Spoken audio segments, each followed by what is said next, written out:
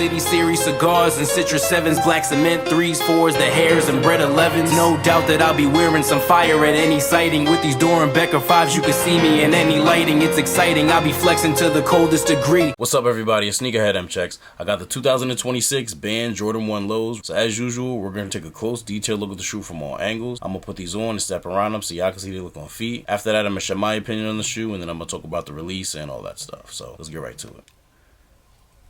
I can see that OG shape on the toe box, a little tumble on the leather in there, and everything up here is how you would expect it. Nike Air and all that. Big swoosh here on the side. Everything looks real neat, well put together. No glue stains or imperfections really. The actual quality of the leather is pretty good, but definitely not as good as it looks. The lack of flaws and imperfections is just really making these look nice. On the back, they got the Band X up here like they have on the 2011 high top version. If you look inside the shoe, you'll notice there's a little scattered red and white X's in the sock liner. The date October 18th, 1984 on the inner side of the shoes. If you look at the back side of the tongue on the left shoe, under this normal part of the tag, it says Imagine. And then on the right shoe, it says If with the question mark. If you look at the lace tips, they say the same thing. One side says Imagine and the other side says If. They come with extra laces. There's an extra red pair and an extra white pair. And then those lace tips also have the Imagine If. You could see the black lace tips on the white pair right through here. And then the red has it as well. Insole on the left shoe says, on September 15th, 1984, Nike created a revolutionary new basketball shoe. And then the insole on the right shoe reads, on October 18th, 1984, they were thrown out of the game. Outsole on these is all red, obviously, just like all Bred and Band ones have. Here's the box they come in. You have the Band X on the top. On the side, it says Imagine If right here. Same thing over on this side, and then the front part with the label also says Imagine If. Bottom is, regular. This is really the same thing as the 2011 pair, the high top version. The inside comes with the white paper, and then the shoes are wrapped. And here's the box label. Air Jordan 1 Retro Low OG in black and varsity red. Man, on my word, if I talk about it, then I'ma go get what I said done. Give me a beat and I'ma go Danny, yelling to write some red rum.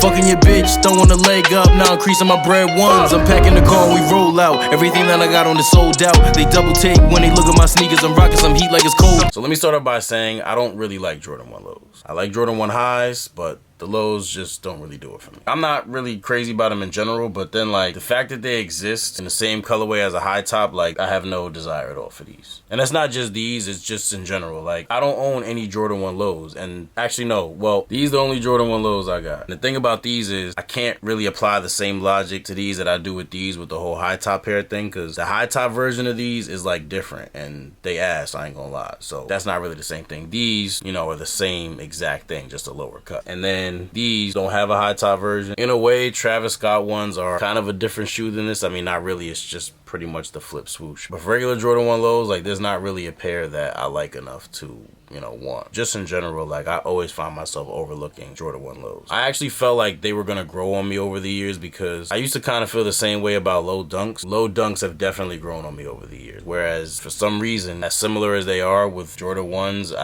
I don't know, they just haven't grown on me the same way. So I'm saying all that to say, this is an easy pass for me. And now that I've explained all that, it's not about the colorway. I love the Bred ones. Those are one of my favorite Jordan 1 colorways ever. It's just the low cut, I can't fathom wearing Jordan 1 lows when the highs exist and I own the highs. I got 3 different pairs of Bred ones, so I really don't need no more pairs, low or high. Now, I never had the high top Band ones, not to be confused with the 2016 Bred ones that they called Band. I'm not even gonna get into that right now. I'm talking about the 2011 pair with the X on the back. I never owned those. Even though I like Jordan 1 highs, I was actually never even fazed by the 2011 high top version of these for 2 reasons. Number one, regular Bred ones always look better to me. And shit, that alone, that'd be the main thing for me. If the shoe don't got the right eye appeal, I'm already like not really fucking with it. But on top of that, I was never really intrigued by the ban story because the Bred 1 was not the actual shoe that was banned. It was the Airship. Now, the banning of the black and red Airship did pave the way for, you know, the Bred 1s being banned, because if he couldn't wear those, obviously he couldn't wear the Bred 1s. But the actual shoe that was banned on October 18th, 1984 was the Airship, I'm pretty sure. So, although the story is still cool, you know, with him getting fined and still playing in it a couple of times or whatever, but the fact that it's not the Bred 1 that I love, like, it just doesn't hit the same, you know what I mean? Like I said, because that Airship was banned, yes, he obviously wasn't able to wear the Bred 1s either once they made the Breds, and that's why he only wore them in the dunk contest, as I said in my 2025 Bred 1s review. But I don't know, I just feel like because the story is like a reach in a way, it's just not as cool to me, you know what I mean? Like, still cool, but like, it just don't hit the same, being that the Bred 1 isn't the actual shoe that got banned. So when they come with all that banned paraphernalia and put the X on the shoe, it's just like,